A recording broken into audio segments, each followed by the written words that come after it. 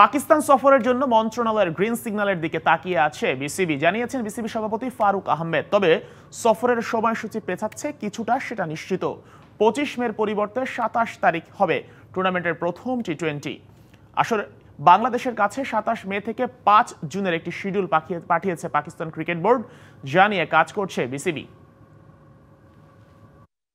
ভারত পাকিস্তান যুদ্ধের ডামাডোল বন্ধ হয়েছে, স্বাভাবিক হতে শুরু করেছে দুই দেশের ক্রিকেট। স্থগিত হতে যাওয়া বাংলাদেশের পাকিস্তান সফর আবারও দেখছে আলোর মুখ। পাকিস্তানের পাঠানো নতুন সূচি নিয়ে অনেকটা এগিয়েছে বিসিবি, তবে নিরাপত্তা ইস্যুতে এখনও মন্ত্রণালয়ের গ্রিন সিগন্যাল পায়নি বিসিবি। সে অপেক্ষাতেই আছেন বলে জানিয়েছেন বিসিবি সভাপতি ফারুক আহমেদ।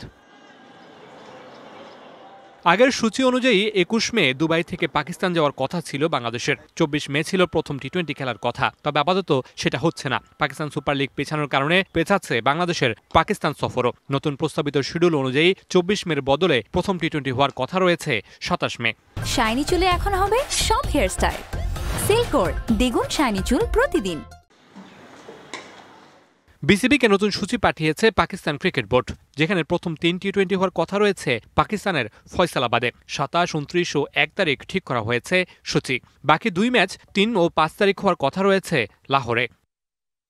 এই বিষয় নিয়ে পাকিস্তান ক্রিকেট বোর্ডের সাথে আলোচনা চালিয়ে যাচ্ছে বিসিবি, তবে ক্রিকেটারদের নিরাপত্তার ইস্যুটিকে দেয়া হচ্ছে বাড়তি গুরুত্ব। তাই তো মন্ত্রণালয়ের গ্রিন সিগন্যালের দিকে তাকিয়ে আছে বাংলাদেশ ক্রিকেট বোর্ড। সেই সিদ্ধান্ত আসতে লাগতে পারে 2 ওয়ার্কিং ডে।